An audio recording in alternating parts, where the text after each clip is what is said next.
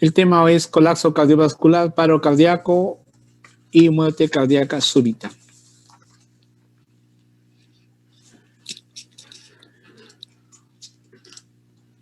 Bueno.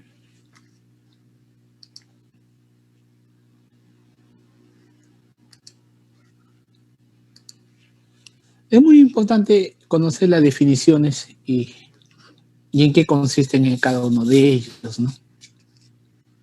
Entonces, el colapso cardiovascular, pues, es un cuadro de hipotensión grave, ¿no? Donde va a haber una pérdida repentina en la circulación, pues, debido ya sea a factores vasculares, ¿no? Cardíacos o periféricos, ¿no? Y cuando se revierte en forma espontánea, pues, hablamos que es un síncope, ¿no? Y cuando requiere intervención, ya en este caso hablamos de un paro cardíaco, ¿no? El paro cardíaco, pues, es el cese de abrupta de la función cardíaca que da como resultado una pérdida de la circulación efectiva, ¿no? Y que tiene que ser realmente reversible con el uso, pues, de atención médica de urgencia, ¿no? Si no lleva a la muerte, ¿no? Los mecanismos, fibrilación ventricular, taquicardia ventricular asistida, ¿no? Asistolia, bradicardia, ¿no? Y bueno, también vamos a tener actividad eléctrica sin pulso, ¿no? Como vamos a ir repitiendo estos términos con mucha frecuencia, ¿no? Bueno, y la muerte cardíaca súbita, pues es, si el paciente no se recupera, pues entra al paro, ¿no? Entonces la muerte inesperada súbita atribuida a un paro cardíaco, ¿no? Y sucede de la hora de inicio de los síntomas, ¿no? Bueno, y acá hay un término de calificadores, ¿no? Si sin testigo la definición se amplía para incluir a muertes inesperadas en la que se documentó, pues, que el sujeto estaba bien dentro de las 24 horas anteriores, ¿no? Bueno, acá es muy importante no solo la definición, sino también conocer esto, ¿no? Porque va a cómo llenamos también un certificado de defunción, ¿no? ¿Y qué tiene que ver eso, no? Porque es parte de nuestro trabajo. Esa es la razón de que los paros cardíacos, pues, siguen siendo la causa final, ¿no? Cuando no es ello, ¿no? Cuando tenemos ya las enfermedades previas, pues nos permite inferir o deducir, ¿no? Cuando hay pacientes terminales, ¿no? También es muy importante definir esto porque, como mencioné en el grupo anterior, pues nos llegó un paciente, pues, a una guardia, ¿no? Y bueno, y el colega, pues, me informa, ¿no? Que había ocurrido eso, ¿no? Y me dice, yo no lo voy a hacer, ¿no, Julio? No sé si bueno, y pásalo a medicina legal, ¿no? Bueno, y la sorpresa, pues, que el paciente no llegaba ni a los 50 años, ¿no? Supuestamente lo traen porque había sufrido un paro, ¿no? El paciente había sido envenenado por la familia, ¿no? Por bienes, no había sido la esposa y el otro, ¿no? Por propiedades, ¿no? Entonces es muy importante la definición, ¿no? Y cuánto, pues, requiere, ¿no? El conocimiento o una evaluación clínica de parte de ustedes, ¿no?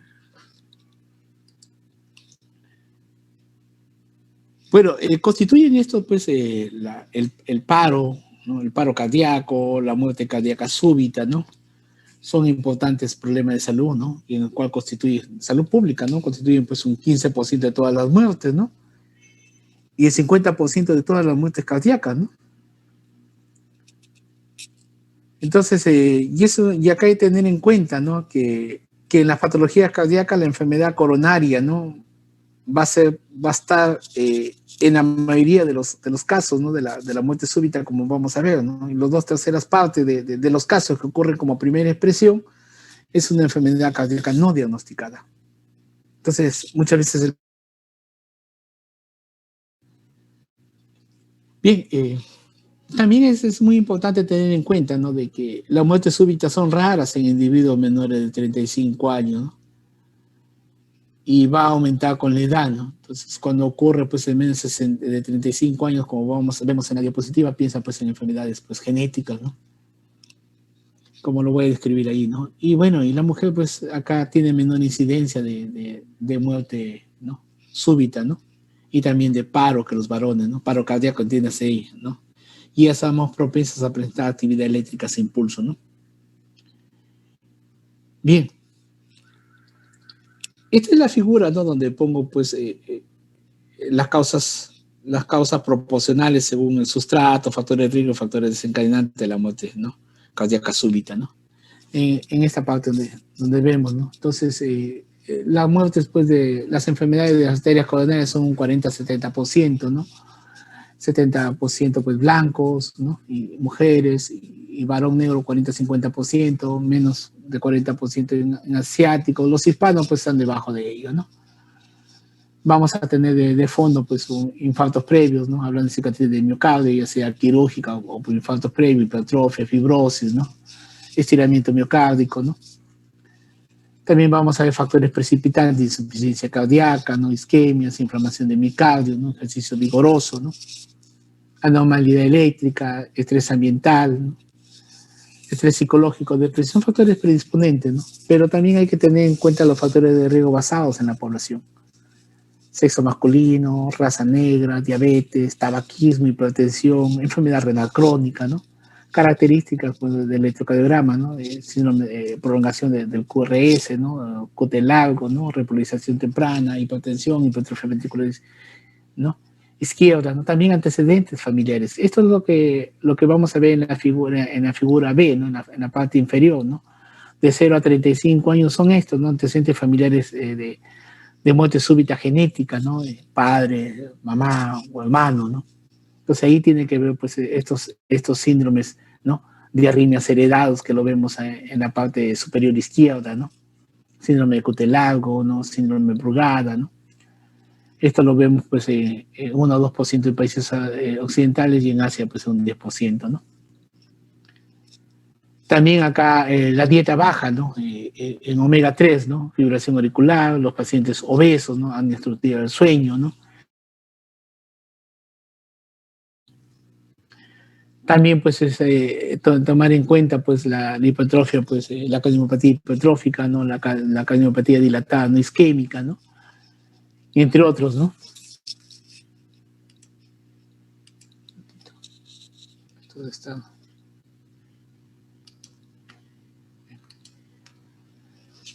Bueno, y enfermedad valvular cardíaca, no olvidemos la estenosis aórtica, ¿no? Y también bueno, vamos a tener fibrilación ventricular-hepática, ¿no? Entre otras. Bueno, en la parte inferior, disculpen, en la parte inferior, ¿no?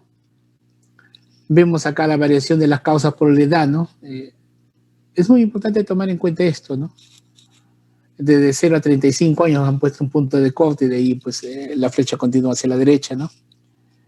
Vemos que a menor edad pues tenemos estas síndromes de arritmias heredados, partes pues enfermedades genéticas, ¿no? Antecedentes de muerte súbita, ¿no? Bueno, y tenemos acá vemos pues que en la parte media, ¿no? Ya será pues alrededor de los 20, ¿no? Y va quizás hasta los 50, ¿no? Tenemos también un grupo, ¿no? De esas las miocardiopatías dilatadas no isquémicas, ¿no? También síndrome Brugada, ¿no? Entre otros, ¿no? Y bueno, de ahí pues a partir de los 35 años que vemos pues la enfermedad arterial coronaria, ¿no? La enfermedad valvular cardíaca, ¿no? Y como el diagrama de Bain, ¿no? Hay dos piñas que están entre los tres, ¿no? Que forman parte de eso y sus riesgos se incrementan, ¿no?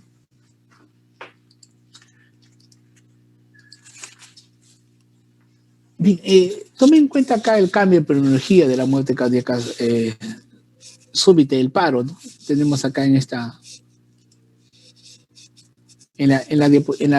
la parte superior izquierda en la figura, ¿no?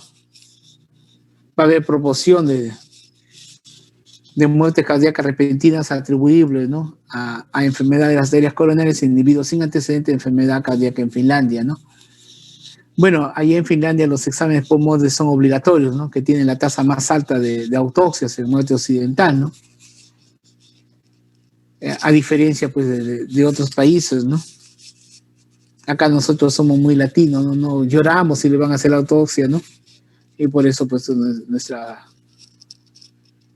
datos, pues, de epidemiología son escasos, ¿no?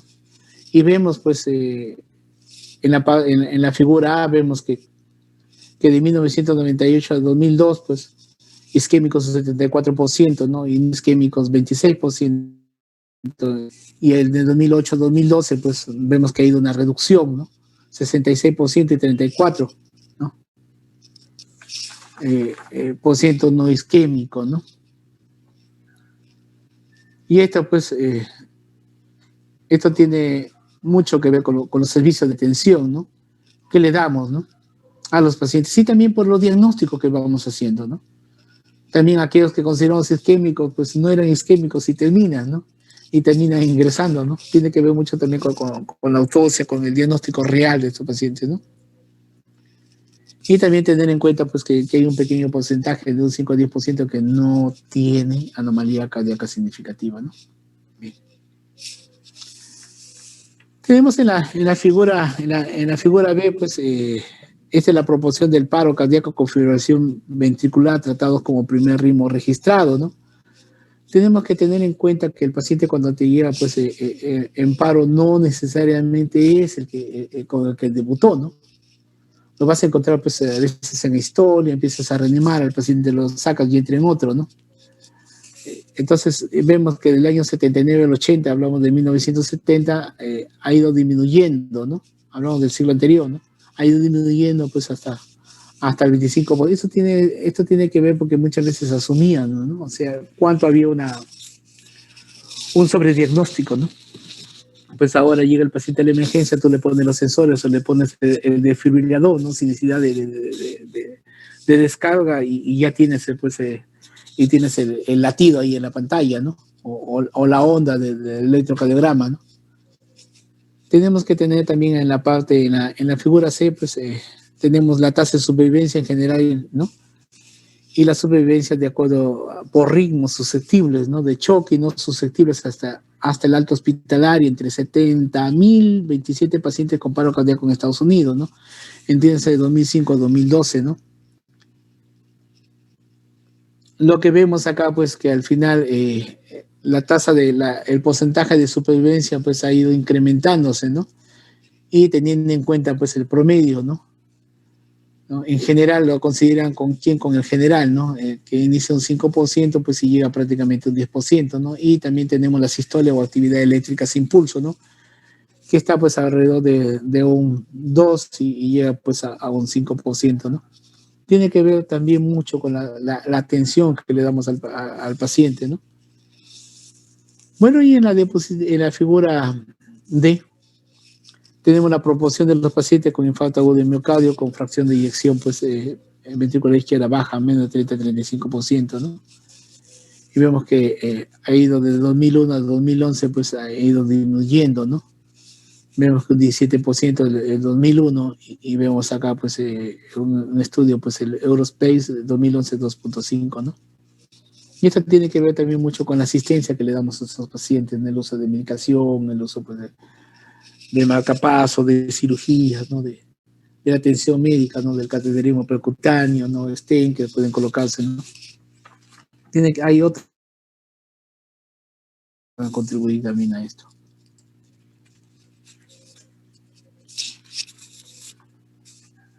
Bueno, las causas, hacerles recordar a ustedes que la enfermedad pues, de arterias coronarias puede ser provocar pues, aproximadamente un gran porcentaje, ¿no? de muerte súbita, ¿no? Por diferentes mecanismos, ¿no? Siendo más común el infarto de miocardio, ¿no? Tenemos acá en la parte superior cardíaca y en la parte inferior, ¿no? Colapso cardiovascular por causas no cardíacas. Tenemos también acá las causas, sustrato fisiopatológico y ritmo de presentación.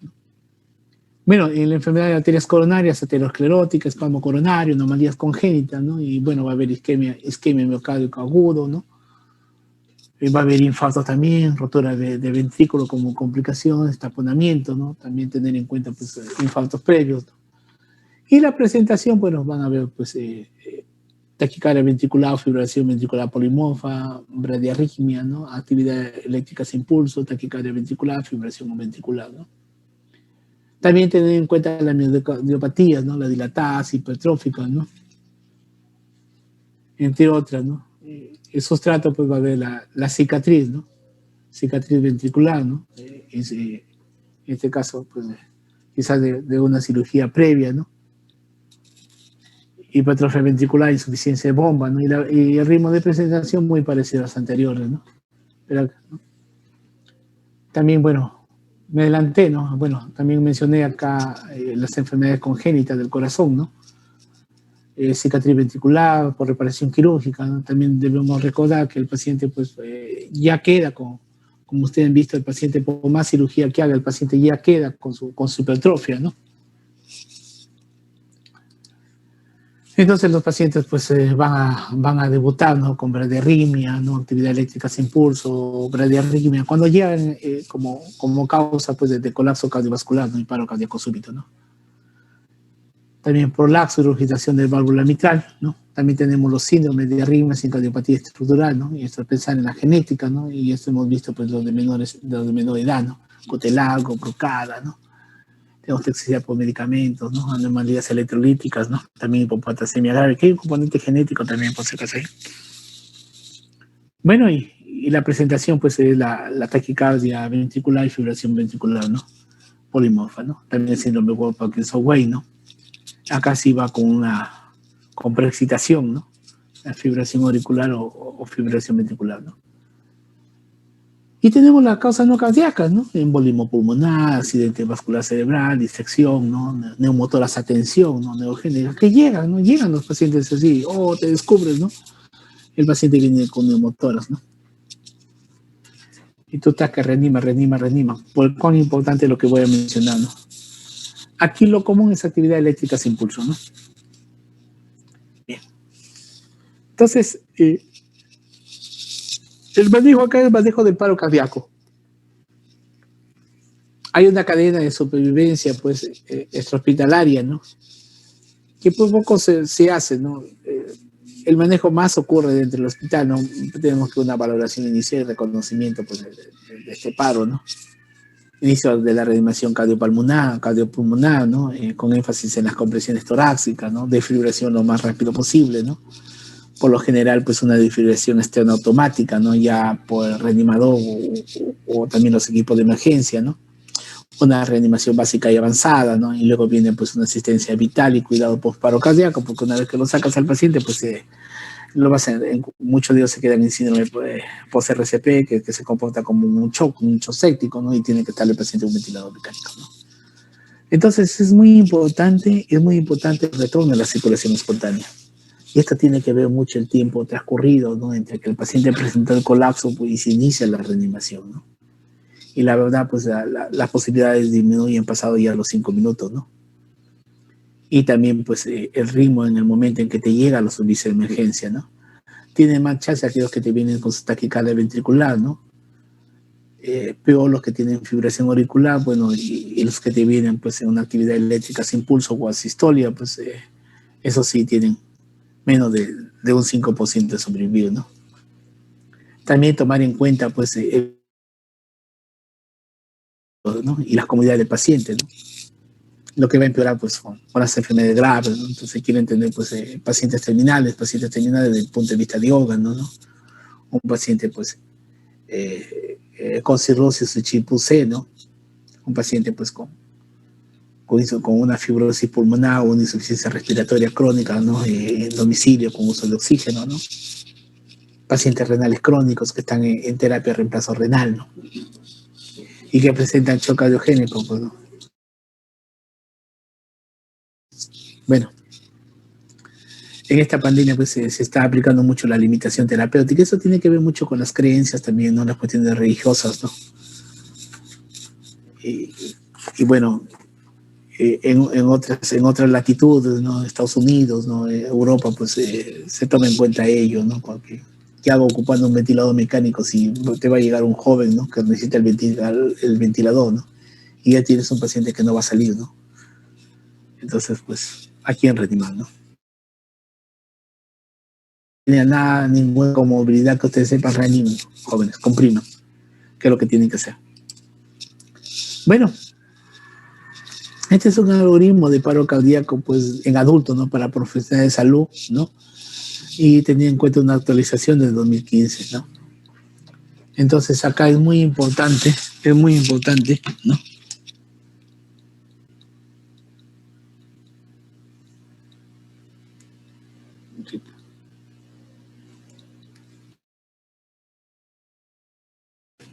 asegurar mi escena, ¿no? Mi área donde voy a evaluar a este paciente, ¿no? Lo retiro de área de peligro, no, lo retiro de la pista, ¿no?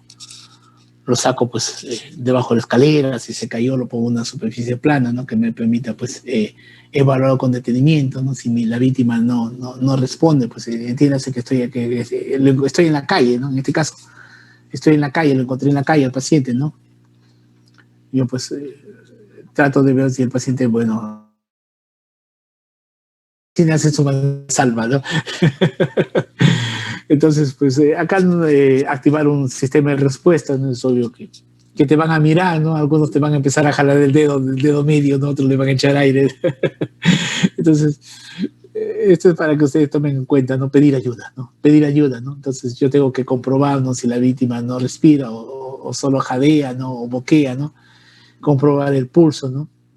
Revisar la vía aérea, a lo mejor el paciente pues se aspiró, ¿no? O se atascó, ¿no? O estuvo con,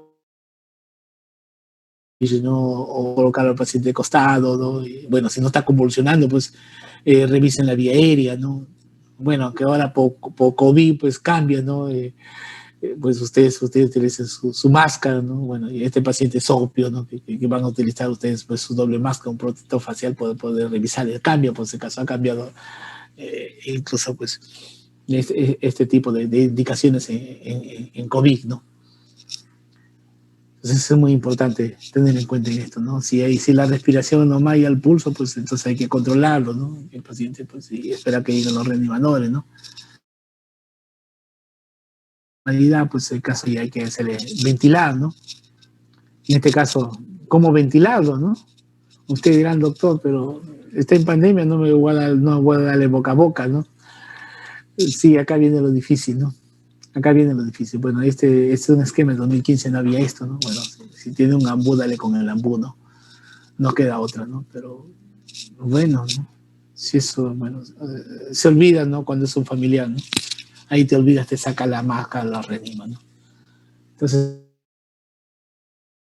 un rescate, una ventilación cada 5 o 6 segundos o unas 10 a 12 ventilaciones por minuto, ¿no? Entonces, es muy importante tener en cuenta esto. Bien. Entonces, cuando ya te viene un equipo de respuesta, pues, ¿no? Empiezas a iniciar las compresiones, ¿no? Si el paciente no responde, empieza a hacer compresiones más 2 ventilaciones, ¿no? Utilizas un desfibrilador pues, automático externo, ¿no? Tan pronto como sea disponible, ¿no? Y una vez que le das entre 150 y 200, pues vas a comprobar si el ritmo es desfibrilable, pues administras una descarga, ¿no? Reanudas el RCP, ¿no? De inmediato por 2 minutos, luego vuelves a a este paciente, ¿no? Y continúas hasta que te sustituyan, ¿no? Como había mencionado en el grupo anterior, ¿no? Acá la reanimación, pues, hace una reanimación adecuada, ¿no? No flexiones los hombros, pues, si tienes que fracturar el esternón, fractúralo, ¿no? Y si no es desfibrilable, pues hay que reiniciar el RCP, ¿no? De inmediato, ¿no? Por 2 minutos nuevamente hasta que te indique el desfibrilador para permitir una comprobación de ritmo, ¿no? Y continúas hasta que te sustituyan los profesionales, ¿no? O hasta que la víctima comience a moverse. Muy bien, acá que tenemos, ¿no? En este caso, pues menciona la fibrilación ventricular o ataque completo, entonces es lo ideal, ¿no? Seguimos diciendo después, dale 30, ¿no? Como mínimo, pero dale, ¿no? Pero tienes que hacerlo de forma adecuada, ¿no? Defibrilación inmediata, inicio del RCP durante minutos, si no hay recuperación, ¿no? Volvemos a hacer las 2 compresiones, ventilación, repetición del choque, ¿no? En este caso, pues, eso ya, entiéndase que ya te llegó un equipo de servicio de emergencia, ¿no? Ya estás dándole con el ambú, ¿no? O sea, uno está haciendo, pues, las compresiones, ya se va a acceder a una vía ya sea endovenosa o intraósea, ¿no? Respiración, hablo de avanzada, ya lo intubaron al paciente, ¿no? Ya le colocas epinefrina, pues un miligramo cada 3 a 5 minutos, ¿no? Y repite la descarga, ¿no? No hay recuperación, pues dale amiodarona, ¿no? Endovenosa y continúa y pues si repite el choque, ¿no? Y bueno, hay que ver también el tratamiento específico, ¿no? De acuerdo al electrocardiograma o lo que puedas ver en el monitor del desfibrilador. Entiéndase que en este caso donde vas a ver un montón, ¿no? Entonces, si hay una taquicardia ventricular o una fibrilación ventricular polimofa, pues piensa un síndrome coronario, ¿no? Lidocaína, ¿no? Catéter percutáneo, ¿no? Cutelago adquirido, ¿no? Magnesio, control de ritmo, ¿no? Va a depender mucho de la causa subyacente, ¿no? Ya en otra cosa vemos lidocaína, ¿no? Vemos también presencia de hiperpotasemia. Entiéndase acá de que ha habido toma de muestras, un equipo multidisciplinario y entre el equipo, pues, el equipo de en el segundo. Entonces ya uno está, ya tienes ahí al alumno o al interno tomando la muestra de la cisterna. O sea, todo funciona a la perfección. Bueno, y también, ¿qué te queda? Bueno, el paciente está en asistolia y actividad eléctrica sin pulso, ¿no? Bien, en este caso, pues, continuamos el RCP, lo intubamos, hace venoso, ¿no? Ya sea, pues, pasarle fluidos, ya, pues, ¿no? Administra otro medicamento, ya la enfermera ya está iniciando noradrenalina también, ¿no? Porque ocurre al mismo tiempo, inicia noradrenalina, ¿no? Si no hay nada, le inician a noradrenalina o la enfermera está al tanto, ya le inició en bolo o ya preparó una infusión, ¿no? Eso es lo que trabaja en equipo, ¿no? Bueno, cuando confirma las historias, pues vas a tener que identificar y tratar las causas reversibles, ¿no? Ya sea hipoxia, hiperpotasemia, ¿no? O hipopotasemia, acidosis grave, sobredosis de fármacos, por ahí te informaron y la paciente tomó, te muestran el frasquito de los medicamentos, ¿no? Y bueno, y si el paciente sigue en bradicardia, coloca la atropina, ¿no? O ustedes con nosotros, ¿no? Con las actividades eléctricas sin pulso, ¿no? También buscar, pues, cuando había mencionado fluidos, el paciente a lo mejor está hipovolémico, le pusiste, pues, lo intubaste, le está dando con la ambulla, le pusiste un oxímetro, le tomaste gases arteriales, ¿no? Cuán importante, como mencioné, que siempre hay una cama libre en trauma shock, ¿no? Siempre debe haber una cama libre porque es un paciente de esta naturaleza que debes ingresarlo ahí, ¿no? Y que conlleva, pues, a ver, pero ¿cómo vas a ver sin taponamiento, no? Ahí, como había mencionado en la clase anterior, un POCUS, ¿no? Un eco de pie de cama, ¿no? Bueno, POCUS es el término que no tiene traducción, nosotros lo adoptamos ya, por el caso del ecógrafo, le haces un rush o utilizas otro protocolo y te das cuenta, oye, hay un neumotórax, ¿no? Colócale el tubo, ¿no? No hay un taponamiento cardíaco, ¿no? Colócale, pues consíguete una aguja de Nelson, ¿no? O esa o esas que colocan, pues, la anestesia, pues, raquidia, ¿no? O llaman al cirujano, pues, cirujano cardiovascular, ¿no? Entonces, todo esto conlleva, pues, a continuar el manejo. En este caso, como había mencionado, pues, epinefrina, hay que recuperar la perfusión de estos pacientes para que no se deteriore mucho más, ¿no? Entonces, cuán importante tener el ambiente en la emergencia. Siempre una cama libre. Siempre una cama libre en trauma shock. Se salva vidas. Porque no vas a reanimar en el piso. ¿Y qué hacer después? Después de que lo sacaste al paciente, ¿no? Una vez que ha logrado la vía aérea, ¿no? Ya le colocaron el tubo, asegúrate que el CAF esté bien insuflado, ¿no? Porque, ¡ay, qué contento! ¿No? Cambia de cama, se sale el tubo, ha ocurrido eso. Entonces, es muy importante acá este paciente, pues, colocarle un ventilador mecánico, ¿no? Es muy importante que el paciente sature después entre 92 y 98%, una oximetría o gases arteriales, ¿no? O sea, ¿de qué te sirve todo el trabajo para que al final lo dejes al paciente con su tubo en T ahí respirando en forma espontánea, ¿no? Es un paciente quien lo debes ingresar a un ventilador mecánico, ¿no?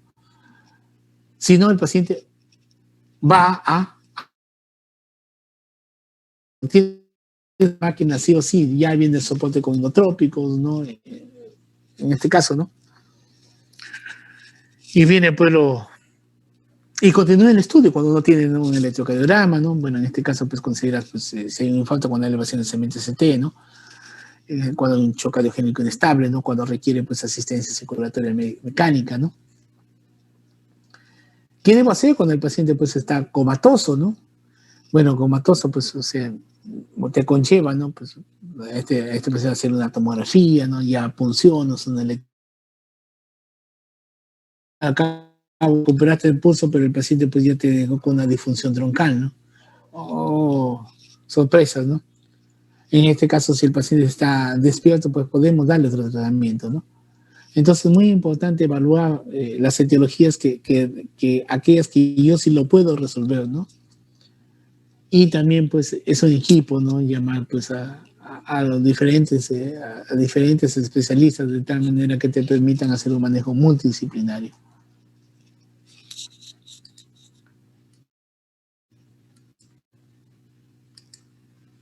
El objetivo era más acá hacerle la parte epidemiológica, ¿no? Porque la parte del manejo ustedes lo van a ver en otro momento mucho más detallado, ¿no?